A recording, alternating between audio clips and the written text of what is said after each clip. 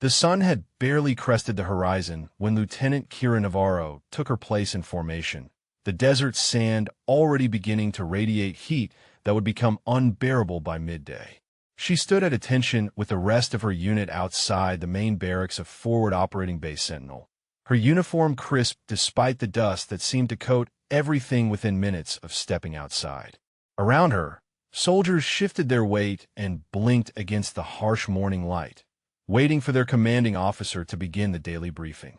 Captain Derek Holloway emerged from the operations center with his characteristic swagger, his jaw set in what Kira had come to recognize as his permanent expression of disapproval. He was a man built like a tank, with shoulders that seemed to take up twice the space of anyone else and a voice that carried across the entire formation without effort. He scanned the assembled soldiers with eyes that lingered just a moment too long on the female members of the unit. "Good morning," he called out, his voice echoing off the concrete barriers that surrounded the base. "I trust you all enjoyed your beauty sleep, because today we begin a new phase of combat readiness training." Kira kept her eyes forward, her expression neutral. She had been at FOB Sentinel for 3 weeks now, transferred from a posting that nobody seemed to know much about. The other soldiers had been polite but distant, unsure what to make of the quiet lieutenant, who kept to herself and never talked about her previous assignments. She preferred it that way. Holloway began pacing in front of the formation, his boots crunching in the sand. "As some of you know," he continued, "this base has a proud tradition of excellence. We are the tip of the spear, the first line of defense in hostile territory. Every soldier here must meet the highest standards of physical fitness, tactical proficiency, and mental toughness." He stopped directly in front of the section where Kira stood, his eyes fixed on her with an intensity that made several soldiers nearby shift uncomfortably. "Of course," he added, his voice dropping slightly, "standard can be difficult to maintain when we are forced to accommodate everyone, regardless of whether they truly belong in a combat zone." The words hung in the air like smoke. Kira felt the tension ripple through the formation, sensed the eyes of other soldiers flickering toward her and the 3 other women in the unit. She kept her breathing steady, her posture unchanged. This was not the first time she had heard such sentiments, and she knew it would not be the last. Sergeant Marcus Chun, standing to the side of the formation, cleared his throat. "Sir, the combat readiness training schedule calls for mixed tactical exercises starting at 0800. Should I have the squad leaders begin prep?" Holloway turned toward Chun, his expression showing mild irritation at the interruption. "Yes, Sergeant," he said curtly. "But before we begin those exercises, I want to ensure everyone understands what real combat demands." He turned back to address the entire formation. "This is not a peacekeeping mission. This is not a support role. When bullets start flying and the enemy is advancing, there is no room for weakness or hesitation. Before we continue with what happened next, drop a comment and let us know what state you're watching from. Maybe you have witnessed similar challenges in your own community, where someone had to prove themselves against unfair assumptions." Kira had learned to read between the lines of such speeches. She knew that Holloway saw her presence as a problem to be solved, a flaw in the system that had somehow allowed women into combat roles. She had encountered men like him before, officers who believed that tradition and biology trumped capability and training. What Holloway did not know, what none of them knew, was that Kira had already proven herself in ways that most of them could not imagine. The formation was dismissed, and soldiers began moving toward their assigned duties. Kira fell into step with her squad, heading toward the armory to draw equipment for the day's training. Corporal Jake Brennan, a massive soldier from Oklahoma with a surprisingly gentle demeanor, matched her pace. "Do not let him get to you, Lieutenant," he said quietly. "The captain has his opinions, but most of us just want to do our jobs and get home safely." Kira glanced at him and offered a small smile. "I appreciate that, Corporal. I am here to serve, same as everyone else." Brennan nodded, but looked like he wanted to say more. He settled for a respectful nod before peeling off toward his own duty station. Kira continued to the armory, where she checked out her assigned rifle and ammunition. The weapon felt familiar in her hands, the weight and balance something she could calculate without conscious thought. She performed a functions check with practiced efficiency, her fingers moving through the steps with the kind of muscle memory that came from thousands of repetitions. Sergeant Chun appeared beside her as she finished her check. "Lieutenant Navarro," he said, keeping his voice low enough that others would not overhear. "I wanted to apologize for the captain's comments this morning. They were inappropriate." Kira looked at the sergeant, seeing genuine concern in his eyes. She had noticed that Chun ran the unit with fairness and professionalism, treating every soldier according to their performance rather than their demographics. "Thank you, Sergeant," she replied, "but I have dealt with worse. I am here to do my job, and I will let my actions speak for me." Chun studied her for a moment, and Kira saw something flicker across his face, recognition perhaps, or curiosity. "I'm sure you will," he said finally. "Just know that not everyone here shares the captain's views. A lot of us have served with excellent female soldiers and know what they bring to the fight." As Chun walked away, Kira felt the familiar weight of expectation settling on her shoulders. She knew she represented more than just herself here. Every action she took, every task she completed, would be scrutinized and used as evidence for one side or the other in an argument she had never asked to be part of. But she also knew something that Captain Holloway and most of the others did not. She had already fought battles that would haunt most of them in their nightmares, had operated in shadows where failure meant death for entire teams, had earned a reputation in circles that would never publicly acknowledge her existence. The training exercise began at precisely 0800, with squads assembling at the designated areas throughout the base. Kira found herself assigned to a rifle qualification course, a standard drill that any infantry soldier could complete in their sleep. She approached the firing line with her weapon and took her position, aware that Captain Holloway had positioned himself directly behind the observers, watching her with undisguised scrutiny. The range officer called the line hot, and shooters began engaging targets downrange. Kira settled into her stance, her breathing automatic, her focus narrowing to the simple mechanics of sight picture and trigger press. She fired her first grouping and felt the familiar rhythm take over, each shot placed with deliberate precision.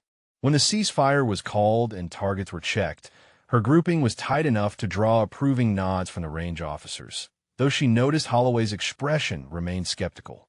After the range, she was assigned to equipment maintenance, then to a supply inventory that seemed designed more to occupy time than to serve any tactical purpose. Each task was completed without complaint, but Kira could feel the pattern emerging. While other soldiers rotated through varied training that would sharpen their combat skills, she was being shuttled towards support duties and administrative work. By midday, the temperature had climbed past 100 degrees, and soldiers moved between the sparse shade of buildings like desert animals seeking shelter. Kira had just finished checking inventory in the supply depot when Sergeant Chun found her, a clipboard in his hand and concern etched across his weathered features. "Lieutenant, the captain wants to see you in the briefing room," he said, his tone suggesting this was not going to be a pleasant meeting. "He has announced a new training initiative, and you have been specifically selected to participate." Kira wiped the sweat from her forehead and nodded. "What kind of initiative, Sergeant?" Chun hesitated, choosing his words carefully. "Hand-to-hand combat proficiency demonstrations. He says it is to ensure everyone in the unit maintains basic combative skills, but the timing feels pointed. I wanted to give you a heads up." She felt a familiar sensation, the calm that came before action, the stillness that had served her well in situations far more dangerous than anything Captain Holloway could devise. "Thank you, Sergeant. When does it start?" "Tomorrow morning, first thing. The entire unit will be assembled to observe." Chun paused, then added quietly, "Lieutenant, I do not know what your background is, and I'm not asking. But I have been in the Army for 18 years, and I have seen enough operators move through joint task forces to recognize certain patterns. The way you carry yourself, the way you assess situations before acting. If you have skills that could shut this down quickly, tomorrow might be the time to use them." Kira met his eyes, and saw understanding there, the kind that came from experience rather than assumption. "I appreciate your concern, Sergeant. I will handle whatever comes tomorrow." That evening, as the sun finally released its grip on the desert and temperatures dropped toward merely uncomfortable, word of the combat demonstrations spread through the base like wildfire. Soldiers gathered in small groups, speaking in low voices about what the next morning would bring. Kira sat alone in the small space she had been assigned, a corner of a shared housing unit that offered little privacy but sufficient isolation. She did not need to train or prepare. Her body remembered things her mind sometimes wished it could forget. Years of instruction from the most elite combat specialists in the world had created reflexes that activated without conscious thought. She had fought in close quarters against enemies who wanted nothing more than to see her dead, had survived encounters that never made it into official reports, had earned a call sign that was still classified above the security clearance of everyone on this base. But she had left that world behind, or tried to. After the mission in Yemen that had cost her 3 teammates and nearly her own life, she had made a choice. She had requested a transfer to a regular unit, somewhere she could serve without the weight of expectations, without the constant deployment cycles that had consumed 8 years of her life. She had thought that by stepping back from special operations, she could find some measure of peace. "Lieutenant Navarro?" A voice called from outside her quarters. It was Private First Class Rebecca Torres, one of the other female soldiers in the unit, young and still finding her footing in the harsh reality of military life. "Come in," Kira replied. Torres entered hesitantly, her expression a mixture of hope and anxiety. "Ma'am, I just wanted to say that a lot of us are watching tomorrow. The women in the unit, I mean. The captain has been making it clear that he does not think we belong here, and whatever happens tomorrow is going to be used as evidence one way or another." Kira studied the younger soldier, seeing the pressure she carried, the weight of representing an entire gender in an environment designed to break individuals.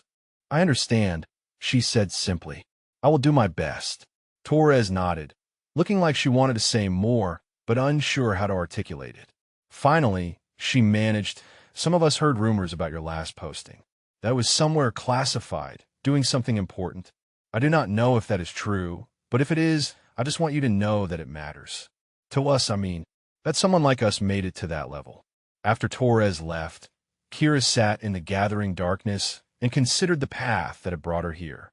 She had never sought recognition or fame. Her work had always been about the mission, about protecting people who would never know her name or what she had sacrificed. But tomorrow, she realized, was going to require something different. Tomorrow was not about her anymore. It was about every woman who had been told she did not belong, every soldier who had been judged by their appearance rather than their capabilities.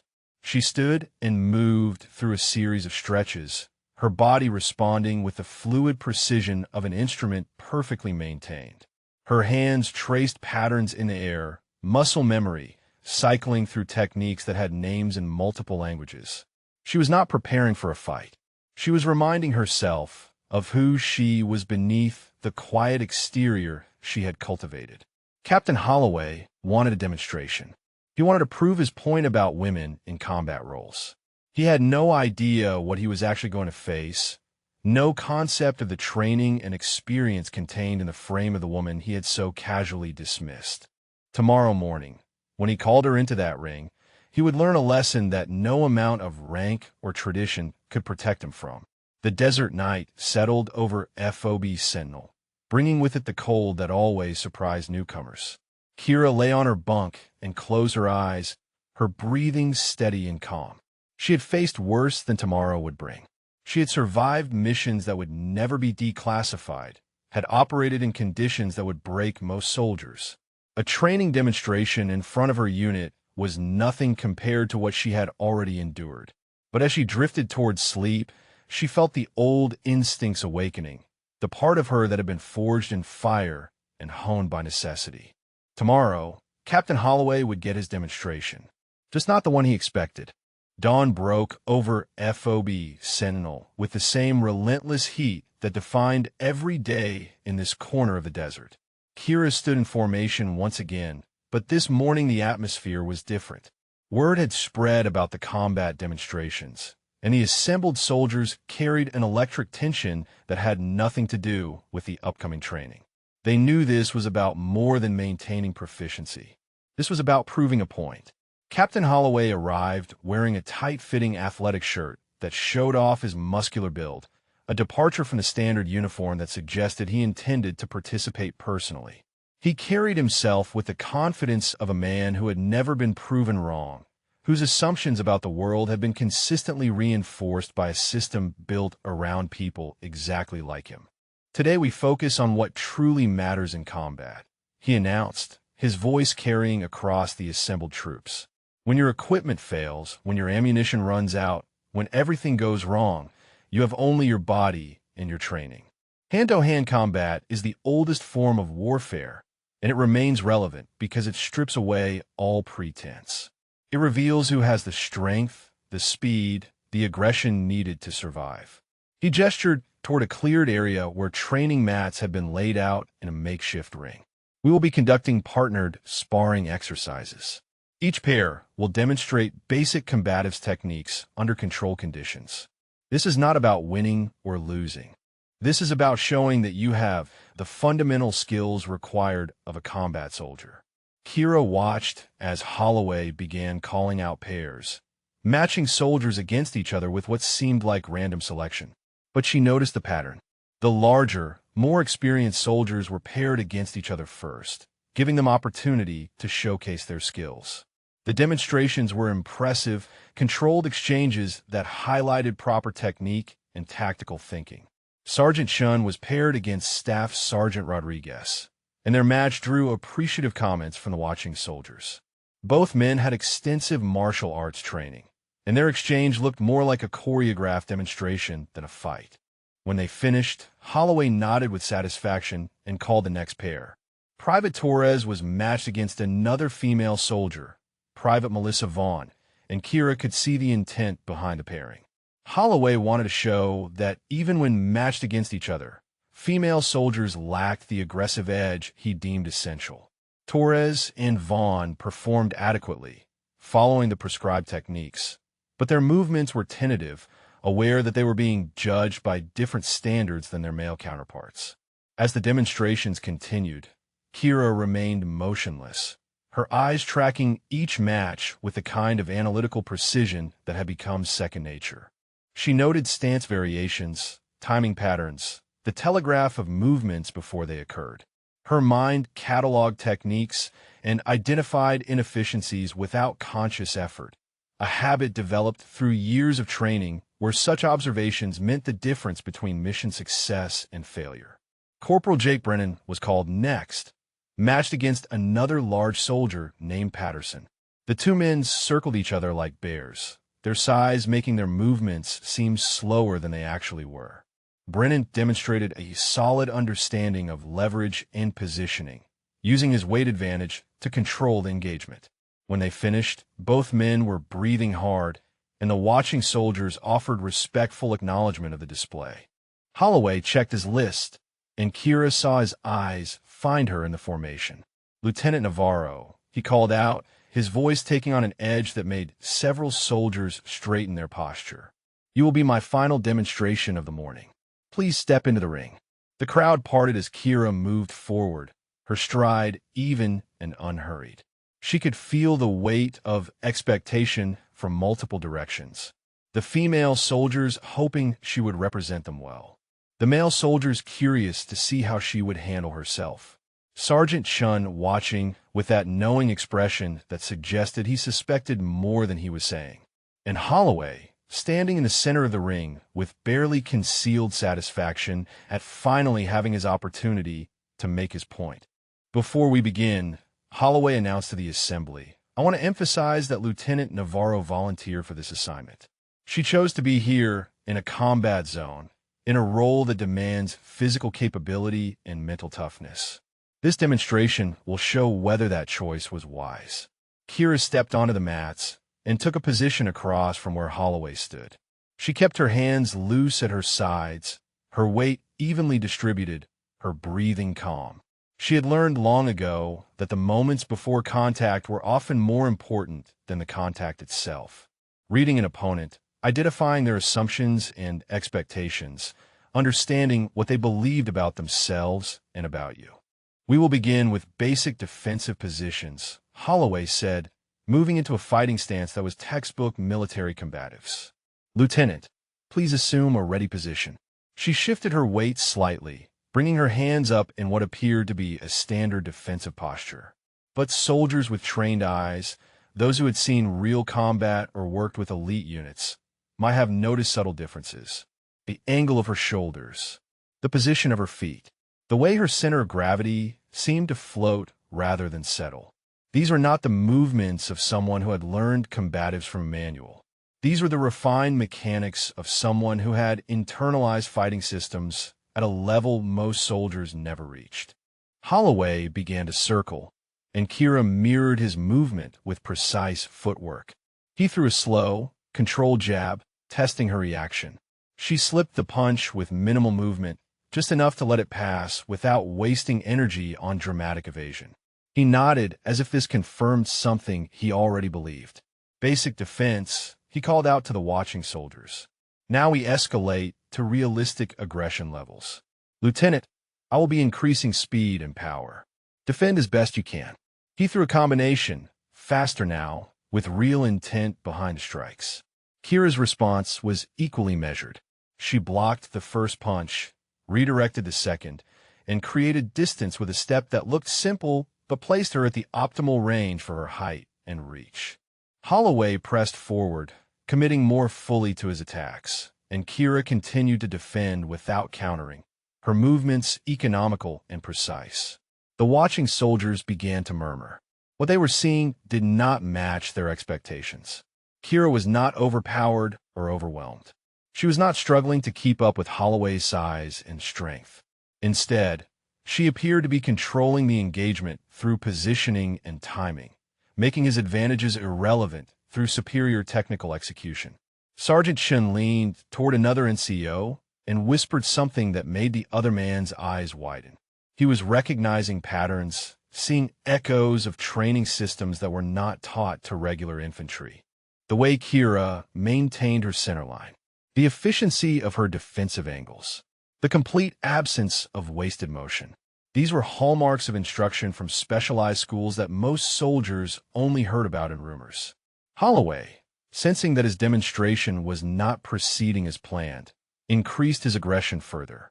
He threw a hard right cross followed by an attempted takedown, using his superior weight to try to force the issue. But Kira had already moved, her body flowing around his attack like water, finding gaps in stone. She ended up behind him, still in perfect balance, still composed and calm. For just a moment, something flickered across Holloway's face. Uncertainty, the first crack in his absolute confidence. He reset his position and prepared to continue, but now there was a different quality to his movement. He was no longer demonstrating technique for the benefit of watching soldiers. He was trying to prove something to himself. The sparring continued, but the dynamics had shifted in ways that made the watching soldiers lean forward with increased attention. What had begun as a demonstration designed to prove Captain Holloway's assumptions about female soldiers in combat was transforming into something else entirely. Kira continued to move with that same controlled precision, defending against every attack while never once throwing a counterstrike of her own. Holloway reset his stance and came in with a different approach, attempting to use grappling techniques to leverage his size advantage. He shot for a takedown, his arms reaching to secure her legs. But Kira's sprawl was perfect, her hips driving back at the exact moment needed to neutralize his momentum. She placed one hand on his shoulder and applied just enough downward pressure to force him to the mat, then immediately created separation and returned to her ready position. The crowd's murmurs grew louder. Private Torres exchanged glances with Private Vaughn, both women barely containing their excitement.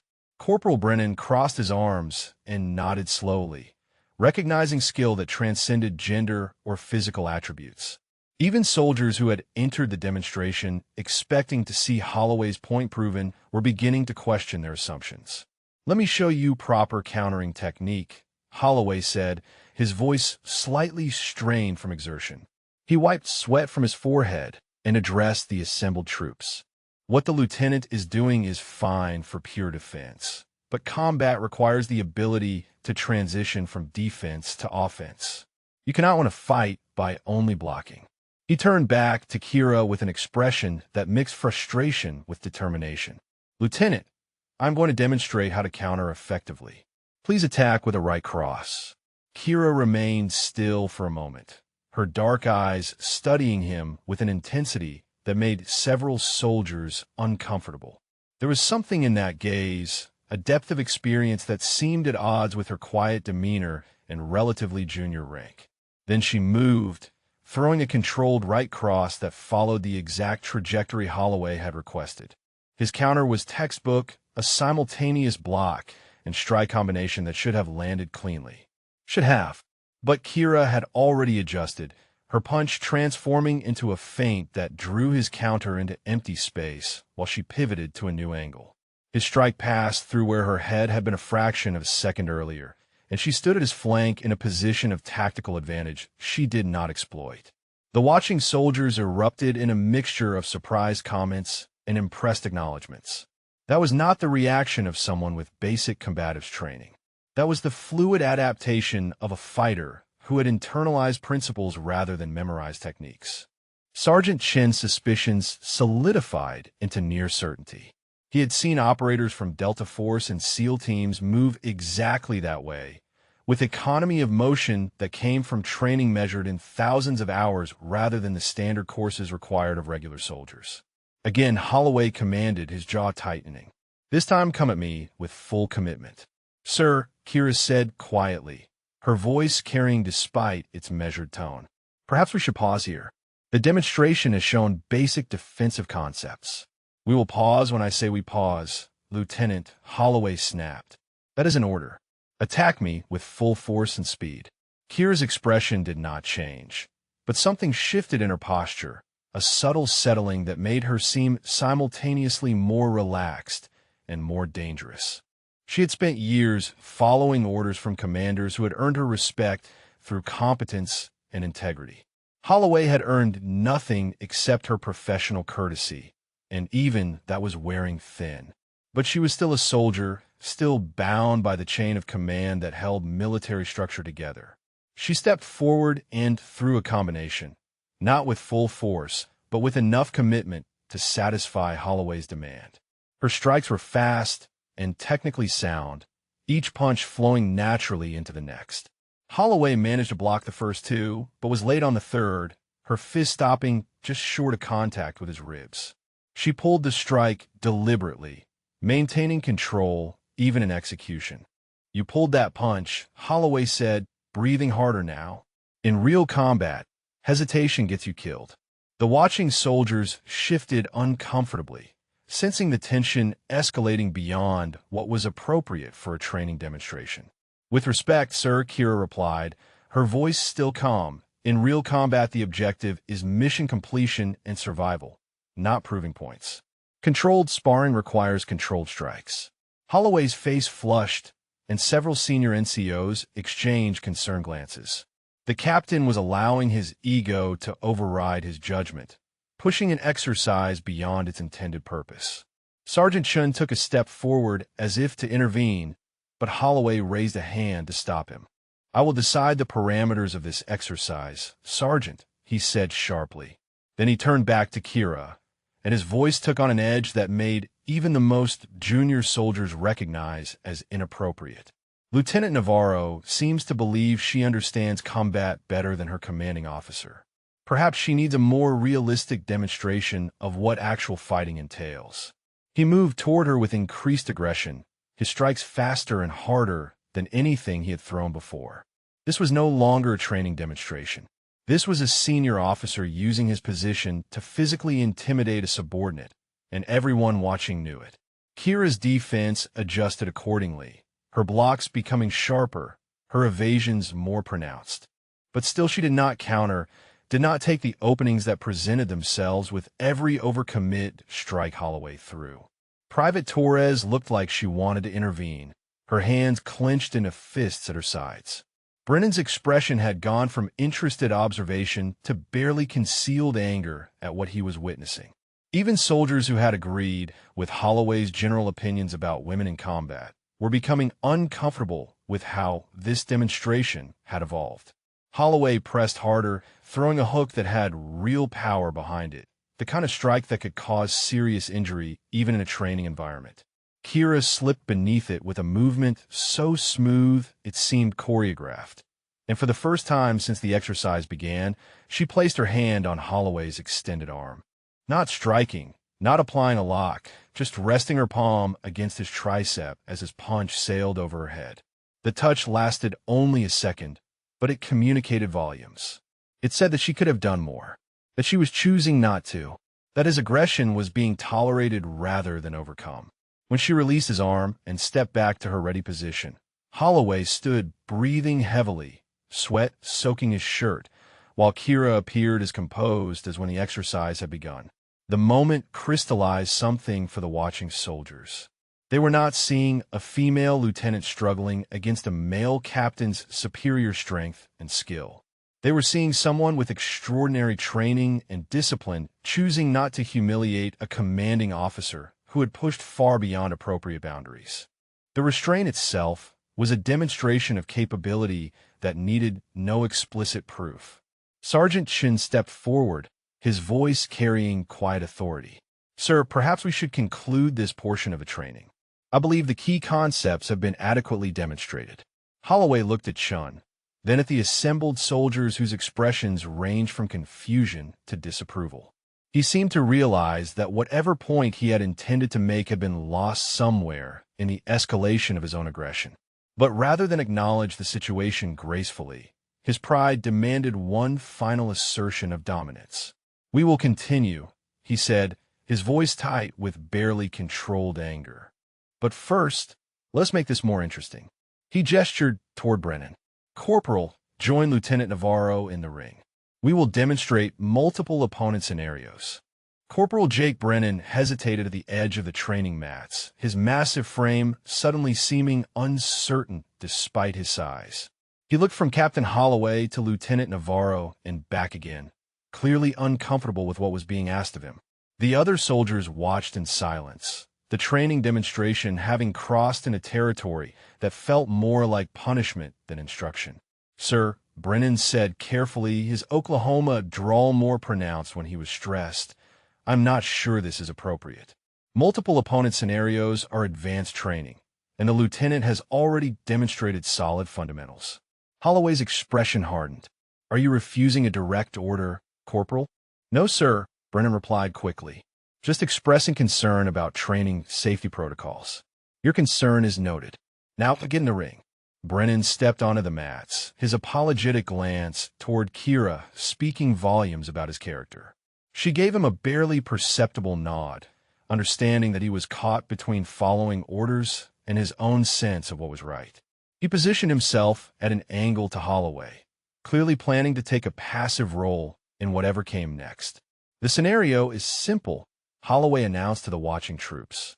"Two attackers, one defender. This is what happens in real combat situations. You do not get to choose your odds. You fight with what you have against whatever comes at you." He turned to face Kira directly. "And if you cannot handle the pressure, if you cannot match the aggression required, then you prove that you do not belong in a combat role." The assembled soldiers had gone completely silent. Even the desert wind seemed to have stilled, as if nature itself was holding its breath for what would happen next. Private Torres gripped Private Vaughn's arm, both women rigid with tension. Sergeant Chin's hand moved toward his radio, ready to call for the officer of the day if this situation deteriorated further. Kira stood center between the two men, her posture unchanged despite the escalation. She had faced worse odds in places where failure meant death rather than embarrassment. She had fought in the dark streets of hostile cities where enemies outnumbered her team and rules of engagement were written in blood rather than training manuals. But this situation required different calculations. This was not about winning. This was about what message her actions would send. If she continued to only defend, Holloway would claim she lacked offensive capability. If she fought back effectively, he would use it as evidence of insubordination or aggression unfitting for an officer. The trap had been carefully constructed, even if Holloway himself did not fully understand the dynamics he had created. Every choice she made from this point forward would be judged not on its own merits, but as proof of predetermined conclusions. "Begin," Holloway commanded, and he stepped toward her with renewed aggression. Brennan moved reluctantly, clearly trying to provide pressure without actually creating danger. But Holloway had abandoned all pretense of controlled training. He came in fast and hard, throwing combinations designed to overwhelm rather than instruct. Kira's defense shifted to match the new reality, her movements becoming more dynamic as she created space and managed angles against two opponents. She flowed between them like smoke, never allowing both men to attack simultaneously, using positioning to keep one or the other at disadvantage. When Holloway committed to a heavy right hand, she was already moving, causing him to nearly collide with Brennan. When Brennan half-heartedly threw a jab, she redirected it with minimal contact, turning his reluctant attack into a barrier that Holloway had to navigate around. The watching soldiers began to see something extraordinary. Despite being outsized and outnumbered, Kira was controlling the engagement. She was not fighting harder, she was fighting smarter. Every movement served multiple purposes. Every step managed distance and angle. Every defense created opportunities that she chose not to exploit. This was not basic combatives. This was tactical movement at a level that belonged in instructor courses, not on a forward operating base's training mats. Sergeant Chen's eyes narrowed as recognition solidified into certainty. He had served alongside special operations units during deployments in Afghanistan and Iraq. He had watched close protection specialists and combat instructors move exactly this way, with efficiency that made violence look like choreography. Whatever Lieutenant Navarro's official record showed, her actual background was something far more specialized than a regular Army posting. Holloway, breathing hard and frustrated by his inability to land clean strikes, made a decision that would change everything. He stopped following even the minimal safety protocols of training sparring.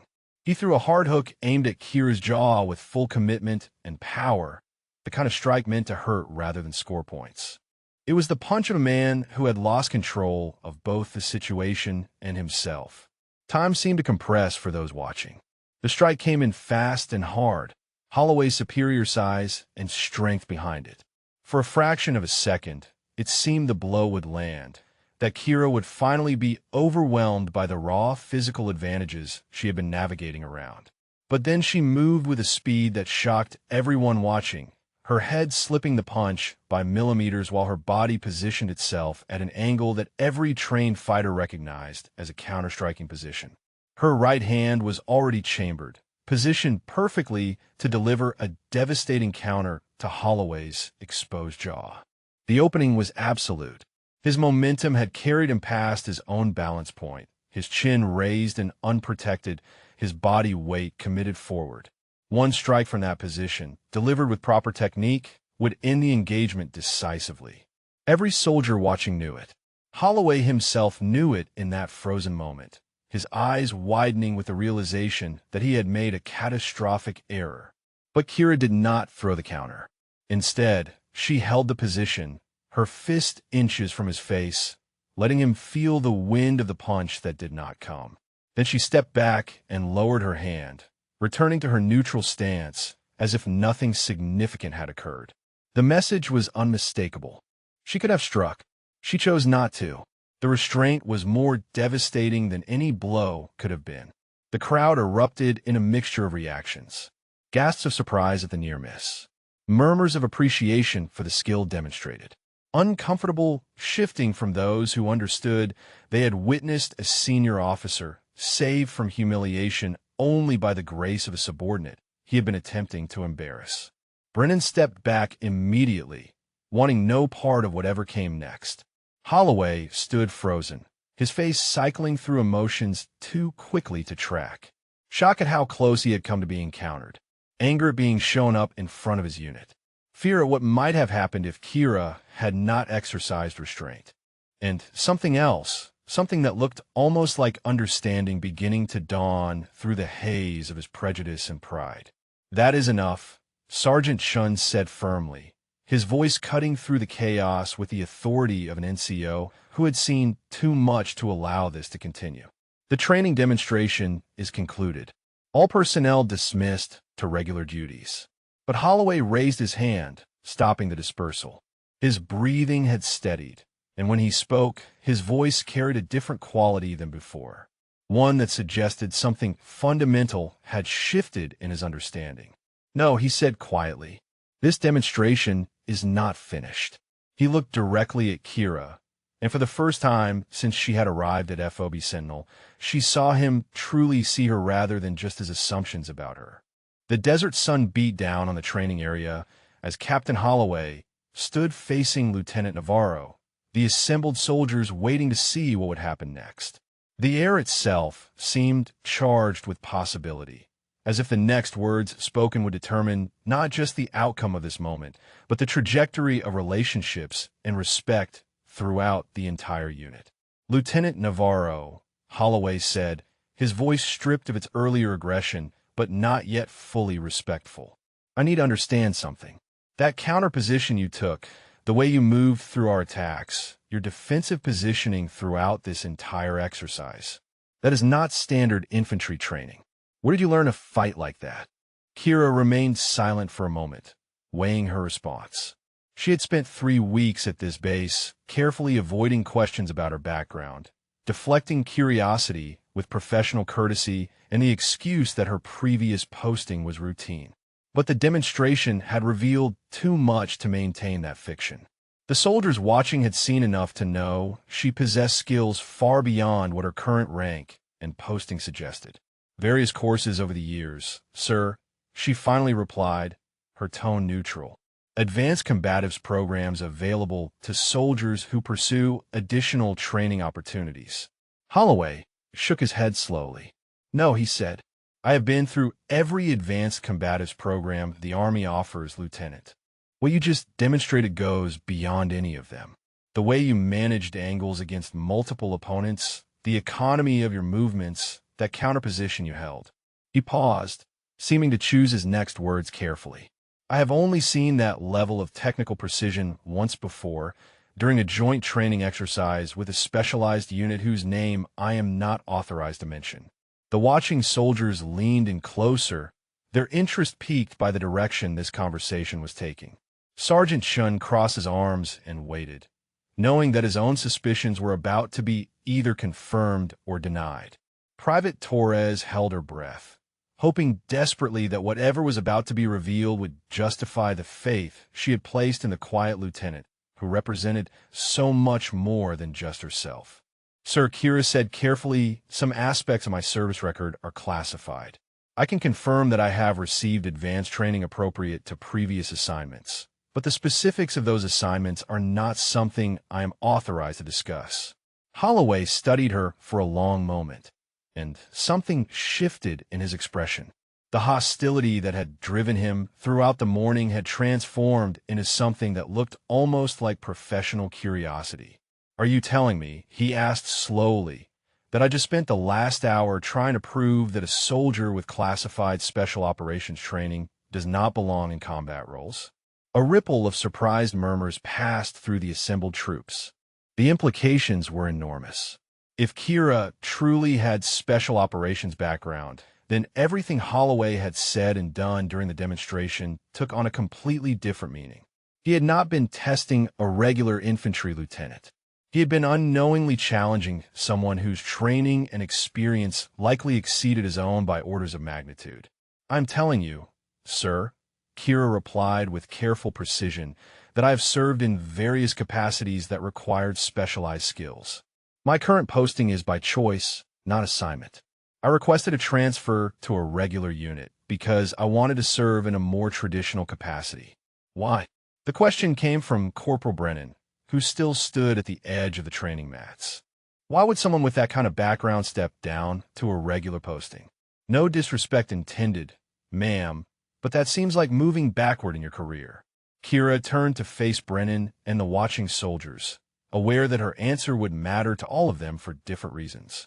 Because specialized units operate at a tempo, that takes a toll, she said quietly. Because I lost teammates on a mission that still has not been declassified, and I needed to step back from that world. Because I wanted to serve without the weight of expectations and reputations that come with certain assignments. The honesty in her words created a moment of profound silence. Every soldier present understood loss, even if they had not experienced it at the level Kira was describing. Combat created bonds between team members that civilian life could never replicate, and losing those bonds left scars that no amount of training could prevent. Private Torres stepped forward slightly, her voice tentative but determined. Ma'am, if you do not mind me asking, why did you not say anything when the captain was questioning whether women belong in combat roles? You could have ended that conversation immediately by revealing your background. Kira looked at the young private and saw in her face the same hopes and doubts that every female soldier in a combat zone carried. The constant pressure to prove themselves worthy of respect that male soldiers receive by default. The exhausting reality of being judged not as individuals, but as representatives of their entire gender. Because my credentials should not be necessary for respect, Kira said simply. Every soldier here earned their place through training and commitment. Whether someone has specialized background or standard infantry training should not determine whether they are treated with basic professional courtesy. The moment we require exceptional credentials to justify equal treatment is the moment we have failed as a military and as a profession. Her words hung in the desert air, challenging assumptions that many of the watching soldiers had never questioned before. Sergeant Chen nodded slowly, recognizing wisdom earned through experience rather than classroom instruction. Even Holloway seemed taken aback by the quiet conviction in her voice. You are right, Holloway said, and the admission clearly cost him something. I let my personal opinions override my professional judgment. I created a training scenario designed to prove a point rather than to improve unit readiness. And in doing so, I potentially damaged morale and cohesion within my command. He turned to address the assembled soldiers directly. What you witnessed here today was not proper leadership, he continued. I allowed bias to influence my actions, and I put a subordinate in a position where she had to choose between defending herself and respecting the chain of command. Lieutenant Navarro showed more discipline and restraint than I did, and for that she has my respect. The apology was not perfect. It did not erase the damage done by weeks of subtle undermining in this morning's escalation.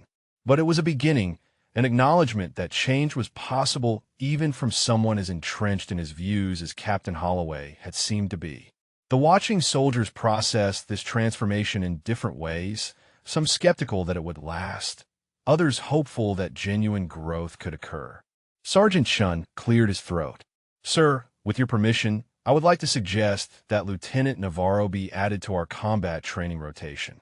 Given her background and experience, she could provide valuable instruction to the entire unit. Holloway nodded slowly. Agreed, Sergeant. Lieutenant, would you be willing to conduct combatives instruction for interested soldiers? Strictly voluntary participation, of course. Kira considered the request carefully. She had wanted to serve quietly, to avoid the spotlight and expectations that came with her specialized background. But she also recognized that this moment represented an opportunity to effect change beyond just her own situation, to show soldiers like Private Torres that capability transcended gender, to teach lessons that might save lives in actual combat situations.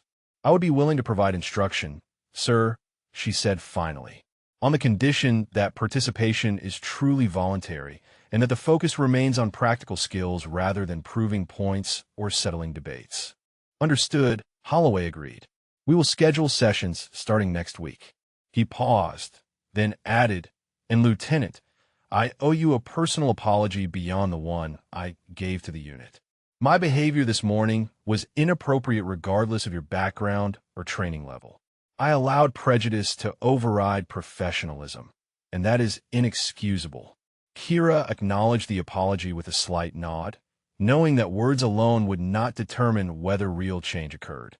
Actions over time would be the true measure of whether this moment marked a genuine shift or simply a temporary embarrassment. The days following the training demonstration brought subtle but unmistakable changes to the atmosphere at FOB Sentinel. Word of what had happened spread through the base with the speed that only military gossip could achieve, growing more elaborate with each retelling. By the time the story reached soldiers and other units, Kira had apparently taken down half a dozen attackers simultaneously while blindfolded.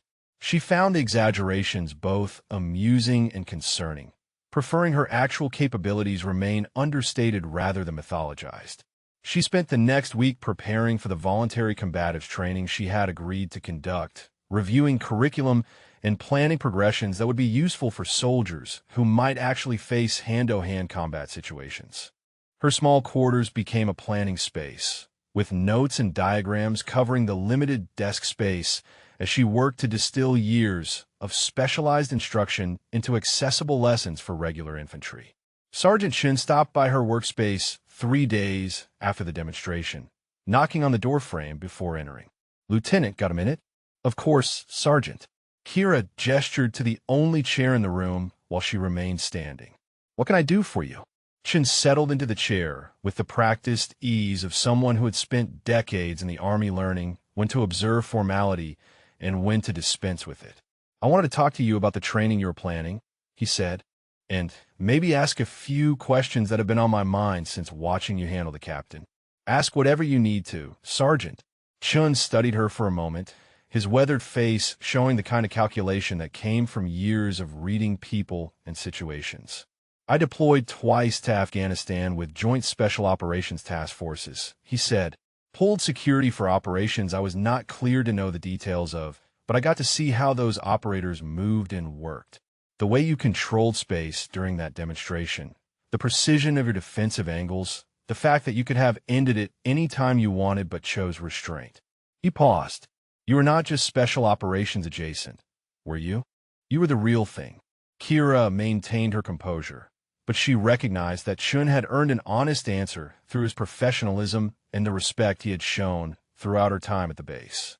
"My service record contains elements that remain classified," she said carefully. "What I can tell you is that I spent 8 years in assignments that required specialized training and placed me in situations most soldiers will never face. I saw things and did things that still affect me, which is why I requested this posting." Chin nodded slowly, accepting the boundaries of what she could share. "The operators I worked with, they had this saying. They would talk about the weight of the work, how it got heavier every year until you either broke under it or found a way to put it down." "Sounds like you found your way to put it down." "I am trying to," Kira replied. "Some days are easier than others." The sergeant shifted in his chair, moving to his next concern. "About this training you are planning. The captain's apology was genuine, I think, but words are cheaper than actions. You're going to have soldiers showing up with different motivations. Some genuinely want to learn. Others will want to test themselves against you, to see if the stories are true. And a few might still harbor the same doubts the captain had, looking for evidence to confirm their biases." "I know," Kira said, "which is why the training will not be about me demonstrating how skilled I am. It will be about teaching principles and techniques that improve their chances of survival in actual combat. If someone wants to test themselves against me, they will be disappointed. This is instruction, not exhibition." Chin smiled slightly. "Smart approach. But you should know that Private Torres has been talking to every female soldier on this base about attending. You have become something of an icon for them, whether you wanted that role or not." The weight of that statement settled on Kira's shoulders. She had never sought to be a symbol or representative. She had simply wanted to serve, to use her skills in defense of her country and the people who depended on military protection. But she understood that her presence and capabilities carried meaning beyond her personal intentions, especially for women trying to prove themselves in roles that many still believe they had no business occupying. "I will do my best to honor that faith without encouraging unrealistic expectations," she said. They need to understand that capability comes from training and dedication, not from being exceptional or special. Anyone willing to put in the work could develop effective skills. That is exactly what they need to hear, Chen agreed. He stood to leave, then paused at the doorway. One more thing, Lieutenant. Whatever happened in your previous assignments, whatever weight you are carrying from those experiences, you should know that this unit is better for having you here. Not because of your specialized background, but because of how you handled a difficult situation with more grace than most of us would have managed. After Chen left, Kira returned to her planning, but found her thoughts drifting to the mission in Yemen that had changed everything. The night operation that had gone wrong in ways that no amount of training could prevent. The teammates who had not made it home. The decisions she had made in seconds that would haunt her for years. She had earned her call sign that night, had proven capabilities that would remain classified for decades. But the cost had been higher than any commendation or recognition could justify. The memories were interrupted by another knock on her doorframe. This time it was Corporal Brennan, his large frame filling the doorway. "Ma'am, hope I'm not interrupting." "Come in, Corporal." Kira pushed the memories back into the compartments where she kept them contained. Brennan entered awkwardly, clearly uncomfortable in the small space. "I wanted to apologize for my part in that training demonstration," he said. "I should have refused the order or found some way to avoid putting you in that position." "You followed orders in a difficult situation," Kira replied. "I hold no ill will toward you, Corporal." "Still feel like I should have done more," Brennan insisted. "Anyway, I also wanted to let you know that I will be at your training sessions. Figure if I'm going to be the biggest guy in most fights, I should learn how to handle opponents who are faster and more technical than me." "That is exactly the right attitude," Kira said. "Size and strength are advantages, but they can become liabilities if you rely on them exclusively. Understanding how to manage skilled opponents who know how to neutralize physical advantages will make you more effective." Brennan nodded gratefully. "A lot of guys are planning to show up, ma'am. Word got around about what happened, and I think people are curious to learn from someone with your background. Though I have to warn you, there are probably also a few who still doubt the stories and want to see for themselves." "Let them doubt," Kira said. "The training will speak for itself. I'm not interested in proving anything or putting on demonstrations. I am interested in teaching techniques that might save lives when soldiers find themselves in close-quarters combat situations." After Brennan departed, Kira stood at the small window of her quarters and looked out at the desert landscape surrounding FOB Sentinel. The sun was beginning its descent toward the horizon, painting the sand in shades of orange and red that would have been beautiful if not for the harsh environment they represented. She thought about the path that had brought her here, the choices made and opportunities declined, the weight of secrets she carried, and the hope that stepping away from specialized operations would provide some measure of peace.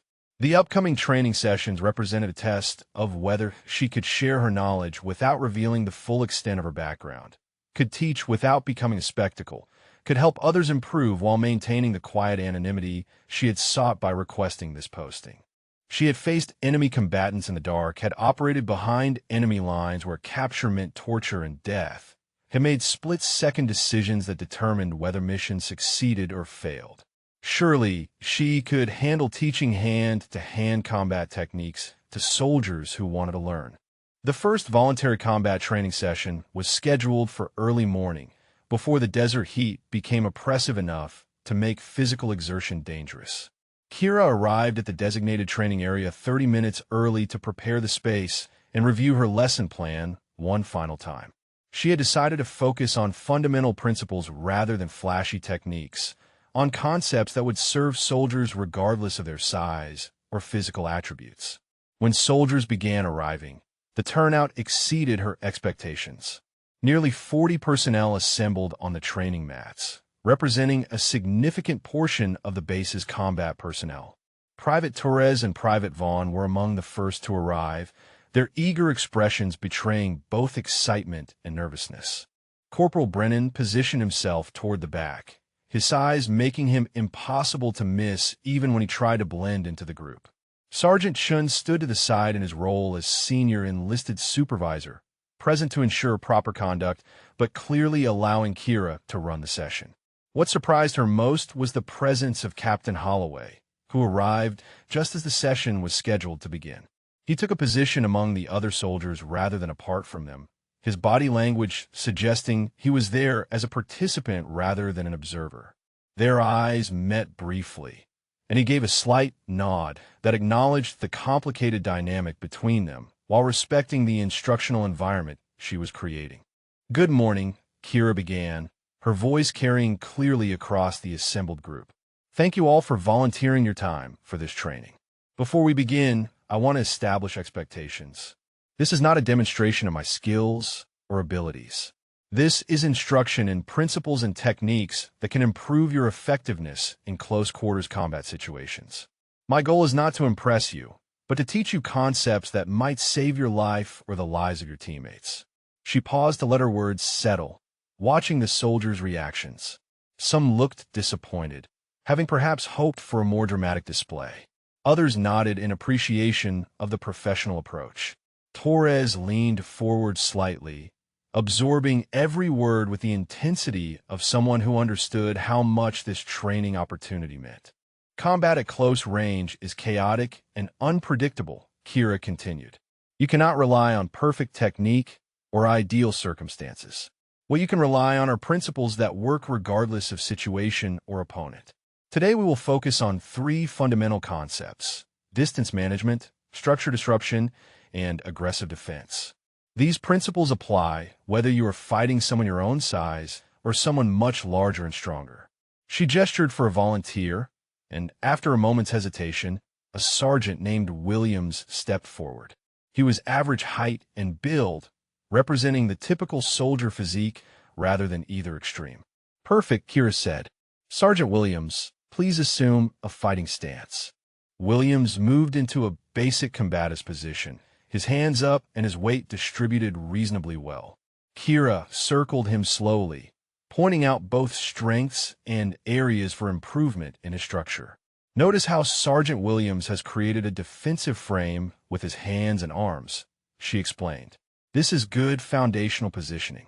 However, watch what happens when I apply pressure from different angles."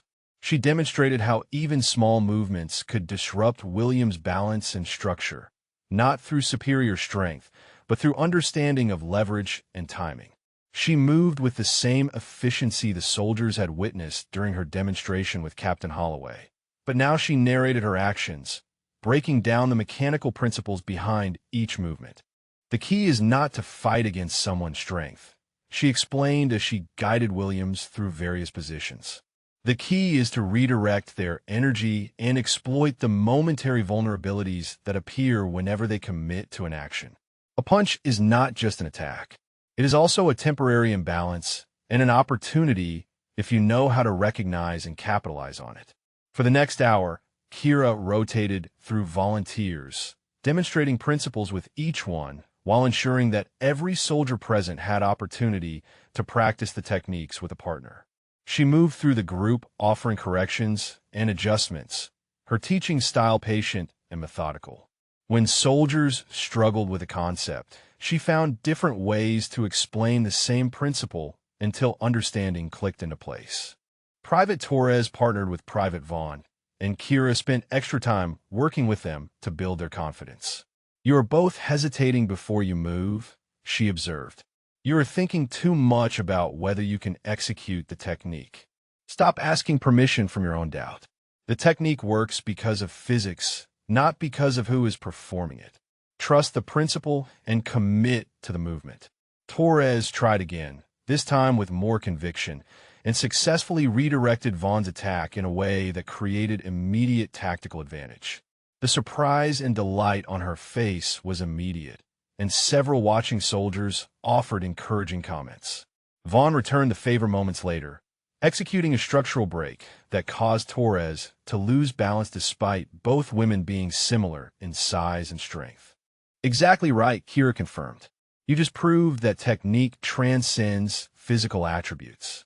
Neither of you relied on superior strength. You both used principles that work because of how human bodies move and balance. Remember this feeling. This is what effective combat training provides." As the session progressed, Kira noticed Captain Holloway working through the techniques with focused attention. When she approached to offer correction, he accepted her instruction without defensiveness, adjusting his movements based on her guidance.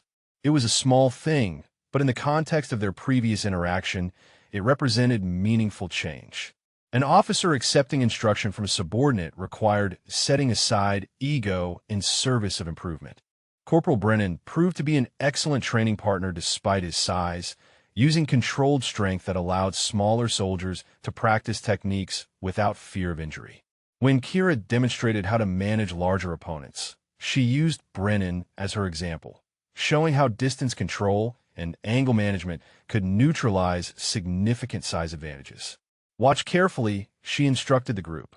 Corporal Brennan has 70 pounds and 6 inches on me. In a pure strength contest, he wins every time. But combat is not a strength contest. It is a problem-solving exercise conducted at high speed. My job is not to be stronger than he is. My job is to not be where his strength can be applied effectively. She moved through a sequence with Brennan, demonstrating how proper positioning and timing could allow a smaller fighter to control engagements against larger opponents. Brennan played his role perfectly, using realistic but controlled aggression that made the techniques look effective without creating actual danger. The watching soldiers absorbed the lesson, many of them recognizing applications for situations they might face. Near the end of the session, Sergeant Shun called for attention. Before we conclude, he announced, "I want to acknowledge what Lieutenant Navarro has shared with us today. This is specialized knowledge earned through years of advanced training and real-world experience. The fact that she is willing to share this knowledge with us is something we should not take for granted." The assembled soldiers offered appreciative acknowledgement, and Kira felt the weight of their respect in a way that was both gratifying and uncomfortable. She had not sought recognition or praise. She had simply tried to pass on knowledge that might prove useful. But she understood that for many in this group, particularly the female soldiers, this training session represented something larger than just combatives instruction. We will continue these sessions twice weekly for anyone interested in further training, Kira announced. Come prepared to work hard and to challenge your assumptions about what you are capable of. And remember, the goal is not to become unstoppable fighters. The goal is to survive and complete the mission when circumstances force you into close-quarters combat. As the group dispersed, soldiers approached individually to thank her or ask specific questions. Private Torres waited until most others had left before speaking privately. "Ma'am, that was incredible. I have been through standard combatives courses before, but this was different. You made it feel possible, like we could actually apply these techniques if we needed to." "You can apply them," Kira assured her. "You demonstrated that today when you worked with Private Vaughn. The only difference between you and someone with years of training is repetition and experience. Keep practicing these principles, and they will become instinctive." After Torres departed, Captain Holloway approached, his expression thoughtful. "Lieutenant, that was excellent instruction. Professional, clear, and practical. I'll learn more in this one session than in my last 3 refresher courses combined." "Thank you, sir," Kira replied, maintaining appropriate formality despite the informal training environment. Holloway hesitated, then continued. "I know my apology the other day was public, but I wanted to say privately that I am genuinely trying to change my perspective. Watching you teach today, seeing how the soldiers responded to your instruction regardless of gender, it reinforced something I should have understood years ago. Capability matters. Everything else is just noise." 3 weeks of training sessions had transformed the atmosphere at FOB Sentinel in ways that extended far beyond combat techniques. Soldiers who had attended Kira's instruction carried themselves with increased confidence, their movements reflecting the principles she had taught about structure and positioning. More significantly, the training had created connections across gender lines that had previously been marked by tension and unspoken assumptions. Kira was reviewing after-action reports in the operations center when Sergeant Chen entered with an expression that suggested something significant had occurred. "Lieutenant," he said quietly, We just received notification that Colonel Harrison is arriving for an inspection visit tomorrow. He is the brigade commander, and he has a reputation for showing up unannounced when he hears interesting reports from subordinate units. What kind of interesting reports? Kira asked, though she suspected she already knew the answer. The kind that involve specialized training being conducted by a lieutenant whose service record contains significant redactions and classification markers. Chin kept his voice low to avoid being overheard by others in the operations center. The colonel has a background in special operations before he moved into conventional command roles. If anyone is going to recognize what you really are, it will be him. Kira felt a familiar tension settle in her chest. She had known that her demonstration and subsequent training sessions would attract attention beyond the immediate unit, but she had hoped to maintain her quiet anonymity for longer than 3 weeks. The arrival of a colonel with special operations experience meant her carefully constructed separation from her previous life was about to be challenged. "Do you know what he wants?" she asked. Chen shook his head. Official purpose is routine inspection of training readiness and unit morale. Unofficial purpose is probably to assess whether the reports he has been hearing are accurate and what they mean for the brigade. The colonel takes talent identification seriously. If he thinks you are being underutilized in your current assignment, he might have opinions about that. The next morning arrived with the familiar desert heat, but the entire base carried a different energy. Colonel Harrison's visit had been announced officially, and soldiers moved through their duties with the heightened attention that always accompanied senior officer inspections. Kira had ensured her uniform was immaculate, her equipment properly maintained, her work area organized to standard. Whatever was coming, she would face it with the same professionalism that had defined her entire career. Colonel Harrison arrived at precisely on 100, his vehicle pulling through the front gate with minimal fanfare. He was a man in his early 50s, carrying himself with the relaxed confidence of someone who had nothing left to prove. His uniform showed combat patches from multiple deployments, and the way he moved suggested physical capability that had not diminished with rank or age.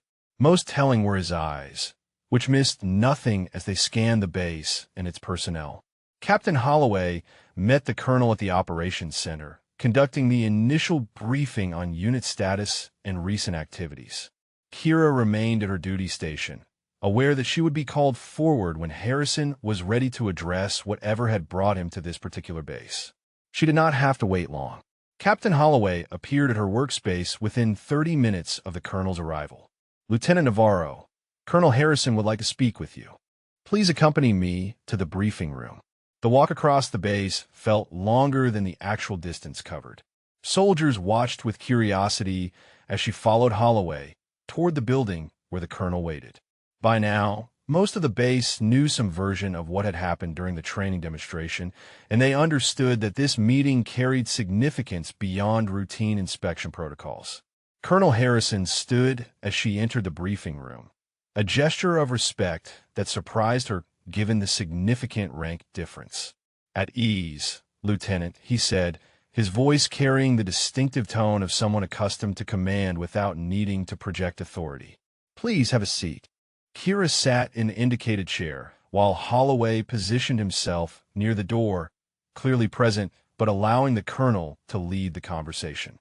Harrison studied her for a moment with those penetrating eyes, and she had the distinct impression he was seeing past her lieutenant's rank and current posting to something deeper. "Lieutenant Navarro," Harrison began, "I have been receiving interesting reports about training activities at this FOB. Specifically, about advanced combatives instruction being provided by an officer whose background seems to exceed what her current assignment would suggest." He paused, letting the statement hang in the air. "I have served long enough to recognize when someone's official record tells only part of their story." Kira maintained her composure, knowing that anything she said in response would carry weight. "Sir, I have conducted voluntary training sessions for soldiers interested in improving their close quarters combat skills. The instruction has been well received, and I believe it has contributed positively to unit readiness and morale." Harrison smiled slightly, recognizing the carefully neutral response. "Captain Holloway has been quite forthcoming about what prompted these training sessions, including his own role in creating a situation that revealed capabilities you had apparently been keeping quiet. He leaned back in his chair, his posture relaxed but his attention focused. I am not here to cause problems for you, Lieutenant. I am here because I served with specialized units for 12 years before moving to conventional command, and I recognize certain patterns when I see them. He reached into a folder and withdrew several documents that Kira recognized as service records, though heavily redacted versions that revealed only what was declassified. Your official record shows 8 years of service with significant gaps and classification markers, he continued. Transfer from an undisclosed unit approximately 4 months ago by your own request. Decorated for actions that remain classified. Command evaluation reports that are redacted but suggest performance well above your rank level. Harrison set the documents aside and met her eyes directly. I know that call sign, Lieutenant. Phantom. I know it because I was briefed on Operation Sandviper 3 years ago when my task force was operating in the same theater. I did not work with your team directly, but I heard about the female operator who pulled off an extraction that should have been impossible, who carried a wounded teammate 4 kilometers through hostile territory while coordinating air support and eliminating enemy combatants. The operation that earned you a classified commendation and a reputation that still gets mentioned in certain circles. The room fell silent. Captain Holloway's expression showed shock at the revelation, understanding finally clicking into place about just how badly he had misjudged the lieutenant he had spent weeks undermining. Kira felt the weight of her past pressing against the careful boundaries she had tried to establish between who she had been and who she was trying to become. Sir, she said quietly, that operation cost me 3 teammates. Good soldiers who trusted me to bring them home. I did my job, but the price was higher than any commendation could justify. I requested this transfer because I needed to step away from that world, from the constant deployment cycle and the weight of operating at that level. Harrison nodded with understanding that could only come from personal experience. I know that weight, Lieutenant. I carried it for years before I transitioned to conventional command. But here's what I have learned. You cannot escape what you are, and trying to do so often means denying opportunities to make a real difference. He stood and walked to the window, overlooking the training area where Kira had been conducting her sessions. I'm not going to order you back to specialized units, he said. That decision is yours to make. But I'm going to offer you something to consider. Our brigade is standing up a new training program designed to improve close-quarters combat capabilities across all units. We need an officer with both operational experience and instructional ability to lead the program development. Kira processed the offer, recognizing both the opportunity and the implications. It would mean stepping back into a spotlight she had been trying to avoid, using her specialized background in a visible way rather than quietly serving in obscurity. But it would also mean sharing knowledge that could save lives, influencing training standards that would benefit thousands of soldiers rather than just one unit. Sir, she began carefully, I appreciate the offer, but I specifically requested a regular posting to avoid exactly this kind of specialized assignment. I am trying to serve in a more traditional capacity. Harrison turned from the window to face her directly. I understand that, Lieutenant, and I respect it. But traditional capacity does not mean wasting capabilities that could benefit the entire force. You have been teaching voluntary sessions here that soldiers are raving about. Imagine that impact scaled to brigade level, to division level. The techniques and principles you could standardize, the lives you could save by improving training across the board. He let the words settle before continuing. This would not be an operational assignment. No deployments to hostile territory, no classified missions, no team operations that put you back in the situations you were trying to step away from.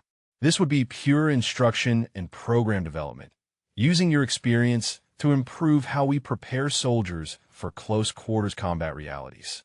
Captain Holloway cleared his throat. Sir, if I may, I have seen firsthand the impact Lieutenant Navarro's instruction has had on this unit. The improvement in soldier confidence and capability has been remarkable. And beyond the tactical skills, she has changed how soldiers think about capability and performance standards. She would be exceptional in the role you are describing. Kira sat in the briefing room, Colonel Harrison's offer hanging in the air like a challenge she had not asked for, but could not easily dismiss. The weight of past and future pressed against each other, competing visions of who she was and who she might become. She thought about the teammates lost in Yemen, about the promise she had made to herself to step away from the world that had consumed so much of her life. But she also thought about Private Torres and the other soldiers whose capabilities had grown under her instruction, about the potential to influence training at a scale that could genuinely save lives. "Sir," she said finally, her voice measured and thoughtful, "I need to understand what this assignment would actually entail. You mentioned program development and instruction, but the military has a way of expanding assignments beyond their original scope. I need to know that this would not become a pathway back to operational assignments or classified work." Harrison returned to his seat, appreciating the directness of her question. "Fair concern, Lieutenant.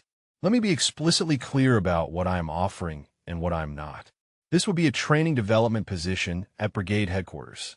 Your responsibilities would include curriculum design, instructor certification programs, and periodic training oversight at subordinate units. No classified work. No operational deployments. No returning to the specialized units you stepped away from." He pulled out a tablet and displayed organizational charts and program outlines. "We are building this from the ground up, which means you would have significant input into how the program operates. The goal is to standardize close quarters combat training across the brigade using evidence-based techniques rather than traditions that may not reflect actual combat realities. Your operational experience gives you credibility that no amount of instructor credentials could replicate." "What about my current rank?" Kira asked. Leading a brigade-level program as a lieutenant would create authority challenges with more senior officers. "Already considered," Harrison replied. "The position carries a promotion recommendation to captain, which, given your time in service and performance record, would be entirely appropriate. Additionally, you would be working directly under my authority, which tends to minimize the kind of institutional resistance you are concerned about."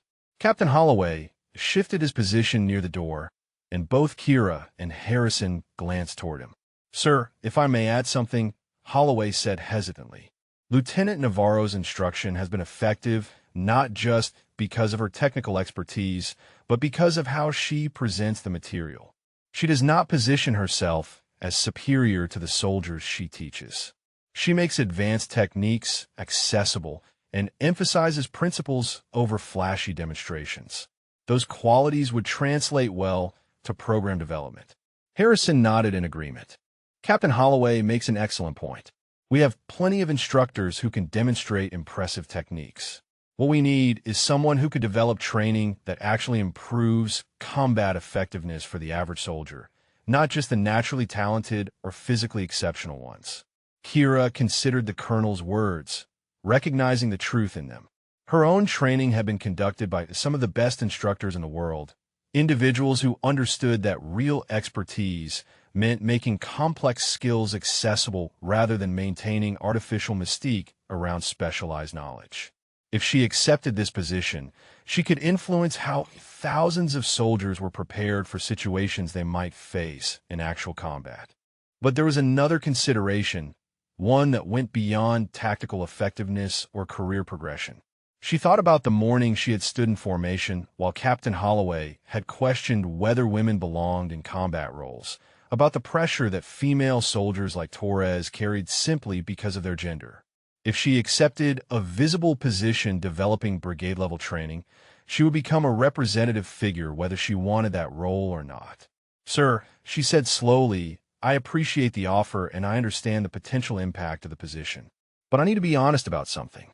Part of why I requested a regular posting was to avoid being held up as an example or symbol.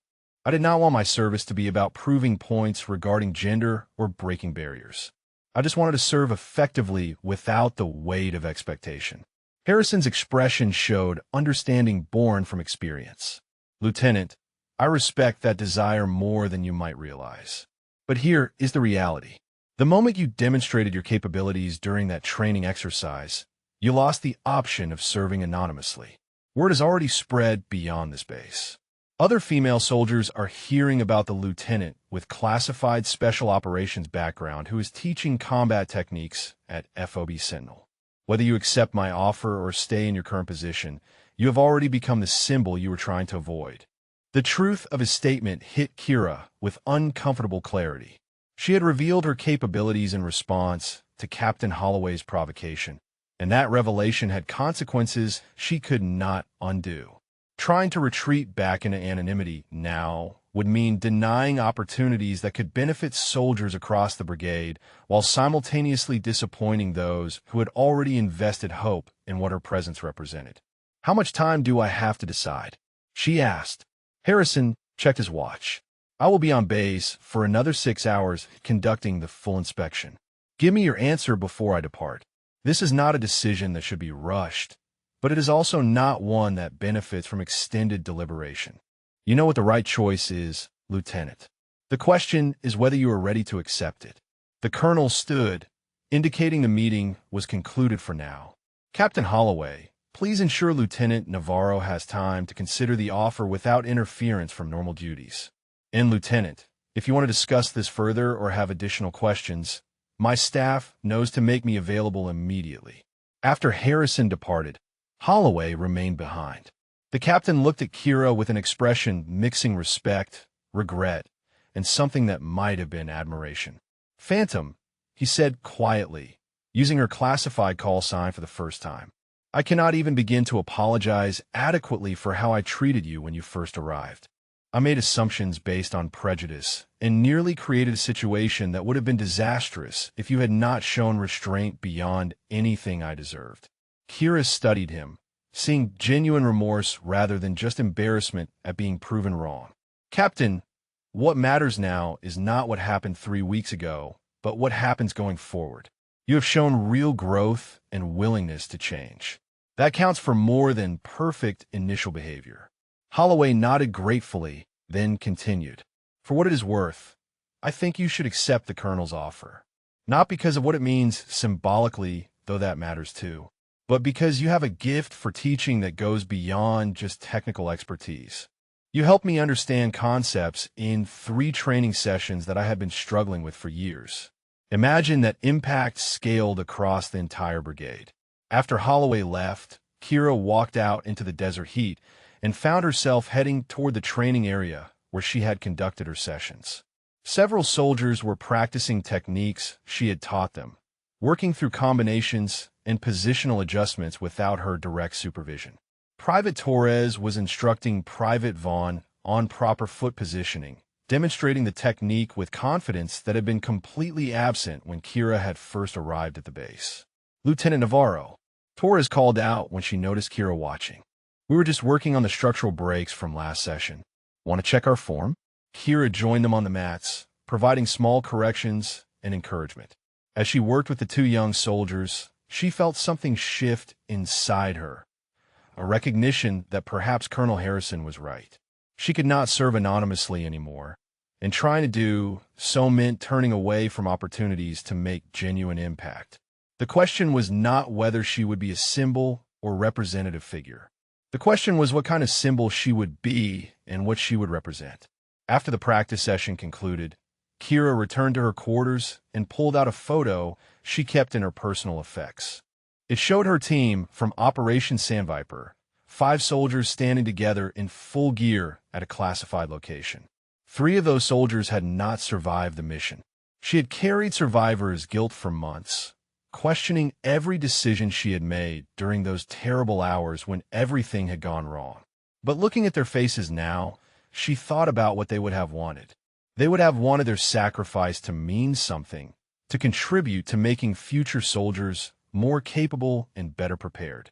She thought about Private Torres finding confidence through training, about Captain Holloway learning to question his assumptions, about Corporal Brennan understanding that size, without skill, was incomplete preparation, about all the soldiers across the brigade who might benefit from training developed by someone who had actually operated at the highest levels of combat and survived to share those lessons. The decision crystallized with sudden clarity. She was not accepting Colonel Harrison's offer to be a symbol or to prove points about gender equality in combat roles. She was accepting because it was the right way to honor the teammates she had lost, to ensure their sacrifice contributed to making the military more effective and soldiers more prepared. If that also meant inspiring female soldiers like Torres or challenging officers like Holloway to reconsider their assumptions, those were secondary benefits of doing the right thing.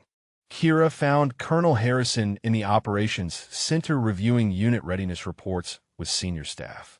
When he noticed her approach, he excused himself from the briefing and gestured toward a private office. His expression remained neutral, but she detected a slight anticipation in his posture that suggested he had already guessed what her answer would be. "Sir," she began once the door closed behind them, "I have considered your offer carefully. I am prepared to accept the position developing the brigade combat training program, with the understanding that it remains focused on instruction and program development rather than operational assignments." Harrison allowed himself a satisfied smile. "Outstanding decision, Lieutenant. Or should I say, Captain-Select Navarro. The promotion paperwork will be processed immediately. You will report to brigade headquarters in 2 weeks, which gives you time to conclude your current responsibilities and prepare for the transition." He pulled out a tablet and began outlining immediate next steps. "Your first task will be conducting an assessment of current training programs across all subordinate units. I want you to identify gaps, inefficiencies, and areas where we can improve effectiveness. You will have a small staff to support the assessment, but I want your direct involvement in evaluation. Nothing beats first-hand observation for understanding what actually happens versus what the training manuals claim should happen." Kira nodded, already thinking through methodologies for comprehensive assessment. "Sir, I recommend we include input from junior enlisted soldiers as well as NCOs and officers. Often the people actually receiving the training have insights that those delivering it might miss." "Exactly the kind of thinking I need," Harrison confirmed. "You will have full authority to interview anyone you need and observe any training you deem relevant. Some commanders might push back on a captain questioning their programs, which is why I am making it clear through official channels that you are operating under my direct authority." He stood and extended his hand. "Welcome to the team, Captain Navarro. I think this is going to be the beginning of significant improvements for how we prepare soldiers for close quarters combat realities."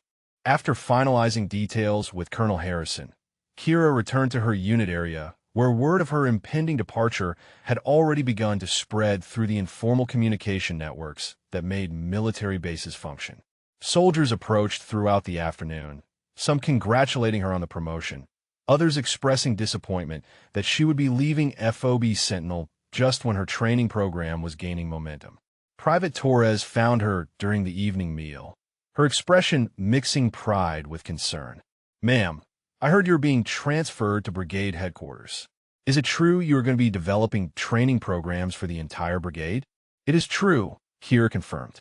"Colonel Harrison offered me a position that will allow me to influence training at a much larger scale than I could achieve staying here." Torres processed this information, then said quietly, "I am really happy for you, ma'am. You deserve recognition for everything you have taught us. But I'm also worried about what happens here after you leave. Captain Holloway has been better, much better actually, but will that last without you here to remind everyone that capability matters more than assumptions?"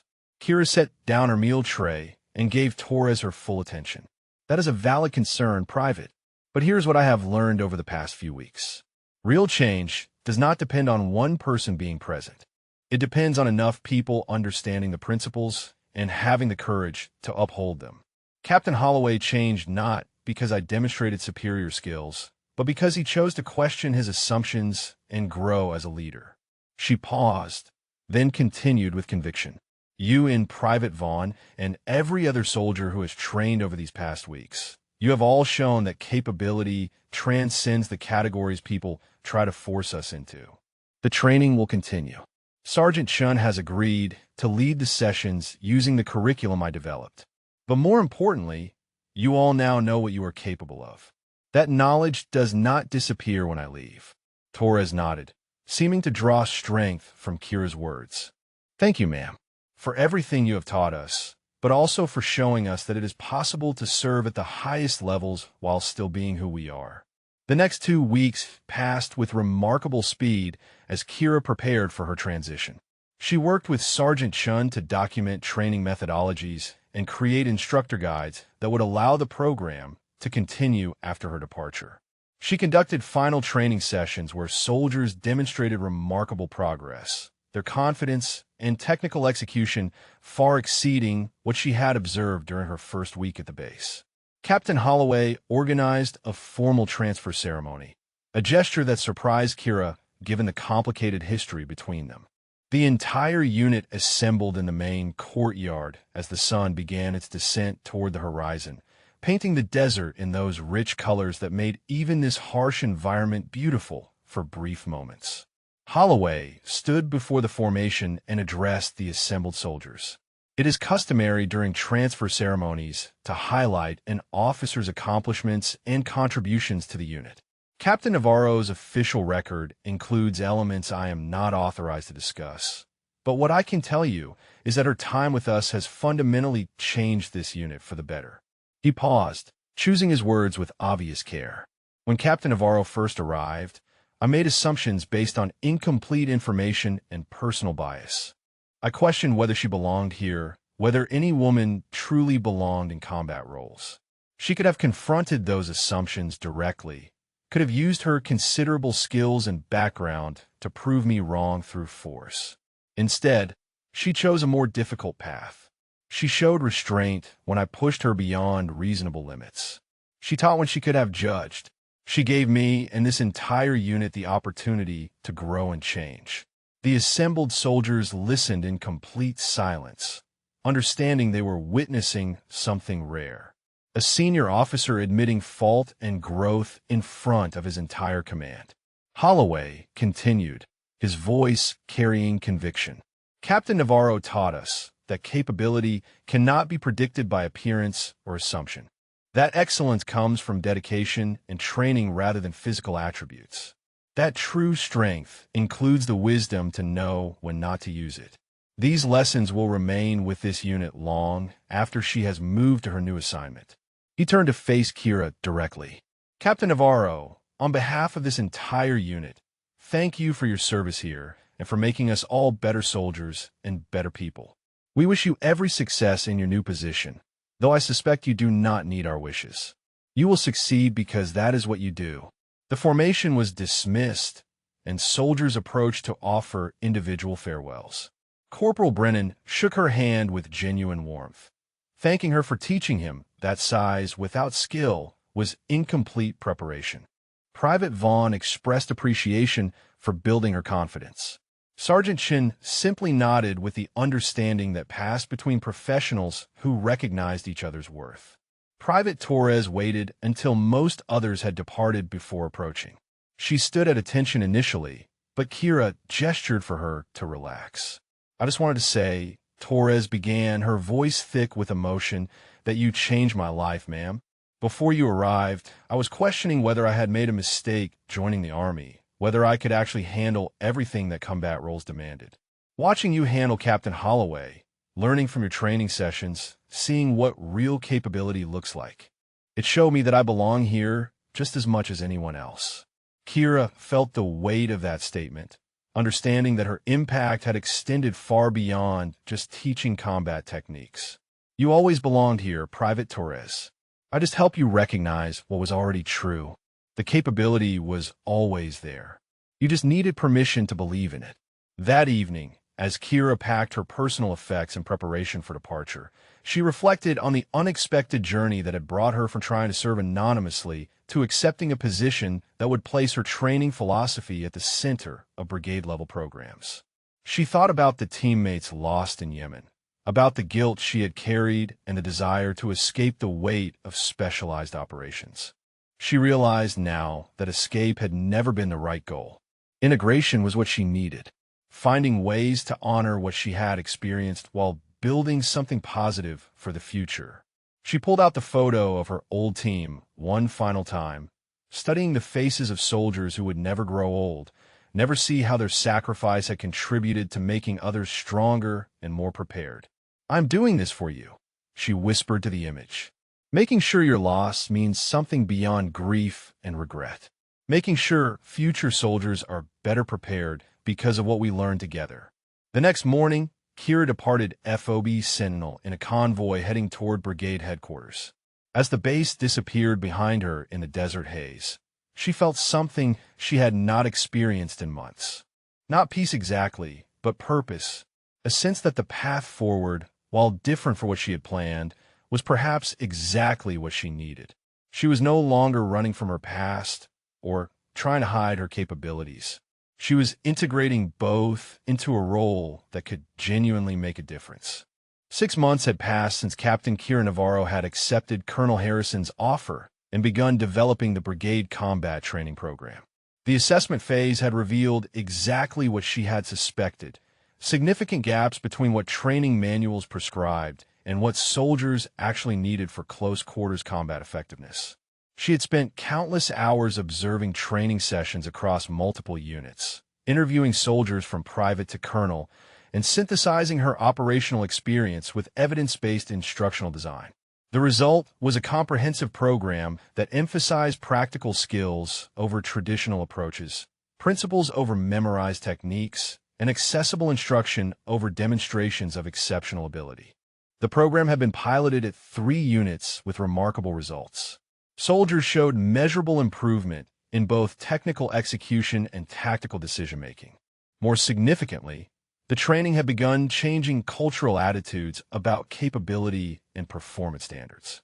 Today marked the formal program launch across the entire brigade.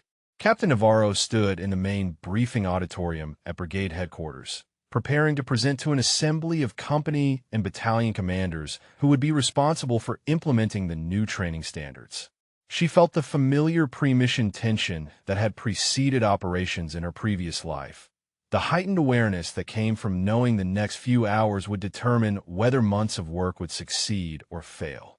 Colonel Harrison entered the auditorium and moved to the front row, his presence lending weight to the importance of the briefing. Behind him, company commanders filed in, some clearly skeptical about yet another training initiative from headquarters, others genuinely interested in what the officer with the classified background might have developed. Captain Holloway was among them, having been promoted to battalion staff officer. He caught her eye and offered an encouraging nod. Kira stepped to the front of the room as the audience settled.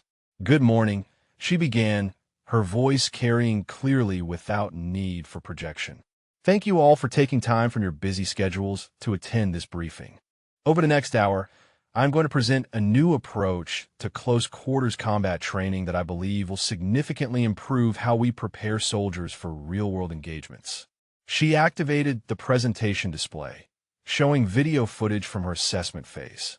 "What you're watching is standard combatives training from one of our battalions 3 months ago. The soldiers are following proper procedures, executing techniques as prescribed in the manual. Now watch what happens when we introduce stress factors and realistic scenarios."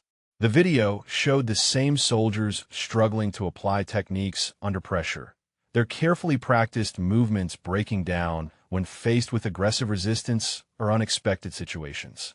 "This is not a critique of those soldiers or their instructors," Kira explained. "This is evidence that our current training approach does not adequately prepare soldiers for combat realities." She advanced to the next slide, showing her program framework. "The system I have developed focuses on 3 core elements: principles that work under stress, progressive scenario training that builds adaptability, and instructor certification that ensures consistent quality across all units.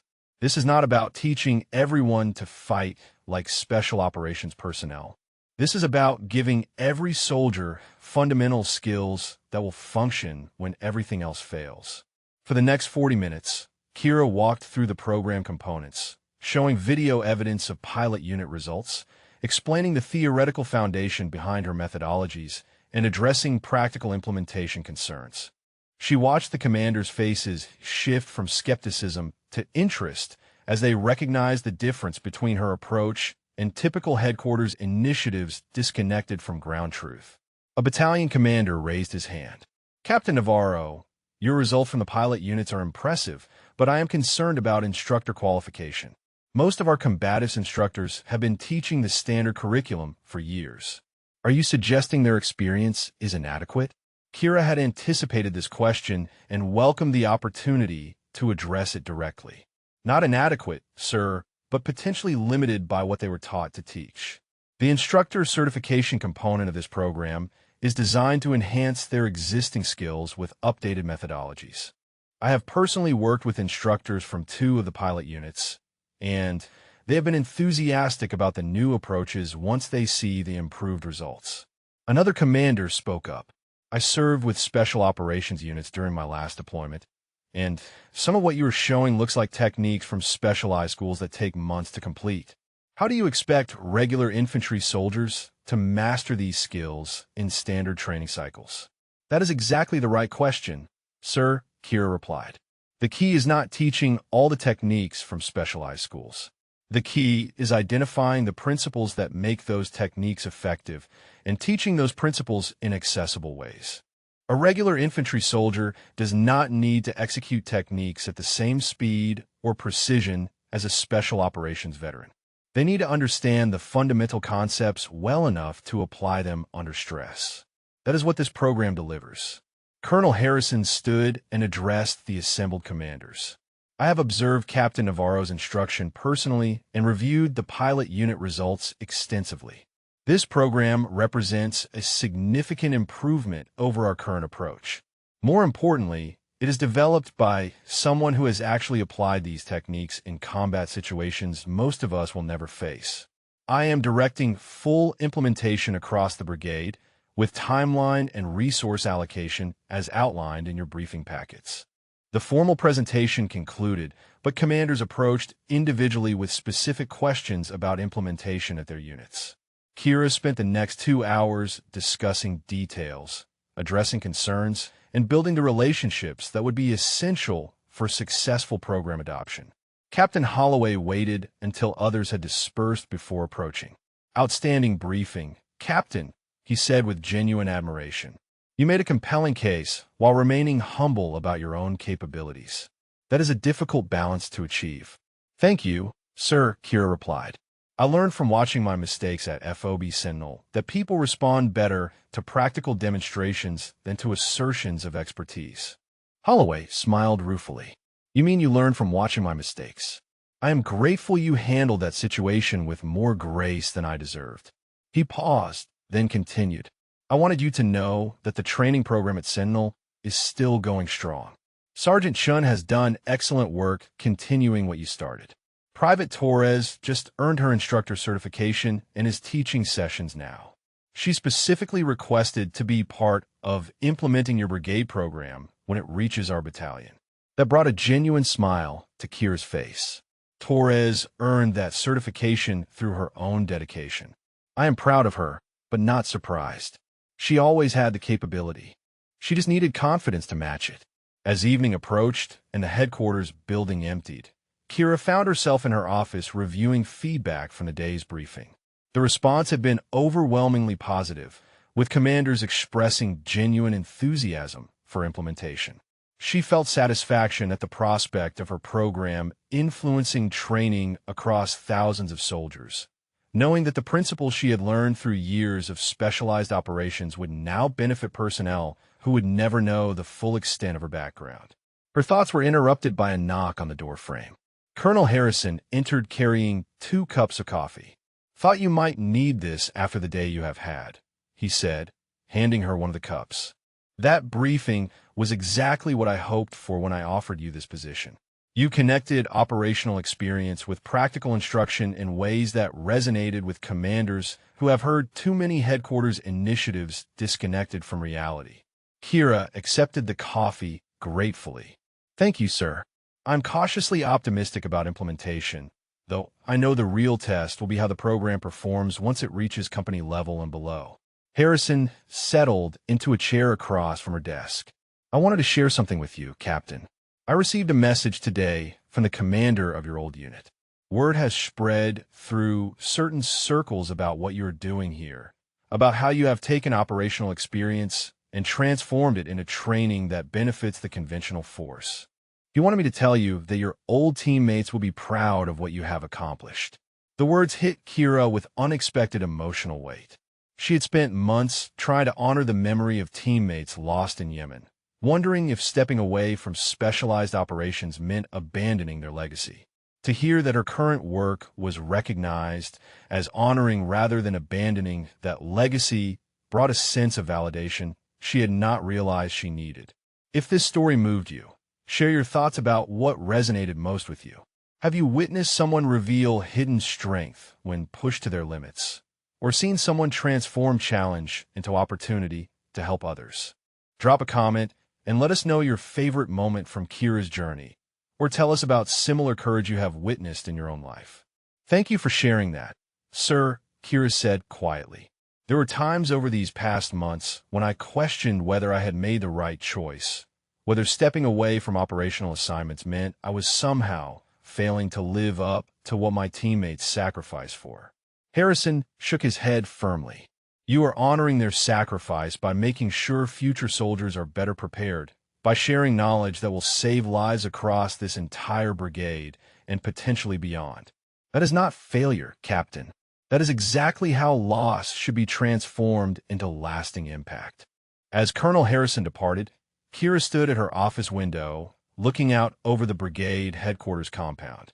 In the distance, she could see a training area where soldiers were practicing techniques, their movements reflecting principles she had helped develop and systematize. She thought about Private Torres earning her instructor certification, about Captain Holloway's transformation from skeptic to supporter, about the commanders who had responded enthusiastically to her briefing today. She pulled out the photo of her old team, the image now creased from being carried through multiple assignments and deployments. Looking at those faces, she no longer felt only grief and guilt. She felt connection and purpose. They had operated in shadows, accomplishing missions that would never be publicly acknowledged. She was operating in daylight, sharing lessons learned through their collective experience with thousands of soldiers who would benefit without ever knowing the full story. This was not the path she had envisioned when she requested transfer from specialized operations. She had imagined serving quietly, avoiding attention and expectation. Instead, she had found herself in a position of visible leadership, developing programs that would influence training across the entire brigade. But perhaps that was exactly what she had needed.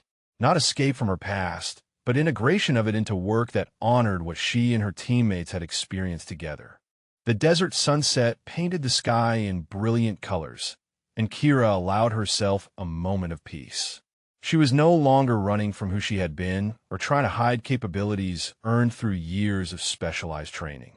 She was building something that would outlast her own service, creating legacy through instruction rather than operations, through shared knowledge rather than classified missions. Tomorrow would bring new challenges as program implementation began in earnest. There would be obstacles to overcome, skeptics to convince, and continuous refinement as theory met reality at unit level. But tonight, Captain Kira Navarro stood in her office at brigade headquarters and felt something she had not experienced since before Yemen. She felt whole, not healed completely, perhaps that would take years or never fully arrive, but integrated, purposeful, and ready to face whatever came next with the same determination that had carried her through the darkest moments of her operational career. The photo returned to its place in her desk drawer, no longer a source of pain, but a reminder of why the work mattered. Her teammates would never know how their sacrifice had contributed to this new chapter, but she would carry that knowledge forward, ensuring their loss meant more than grief, transforming it into preparation and capability for soldiers they would never meet, but would help protect through the training she had developed in their honor.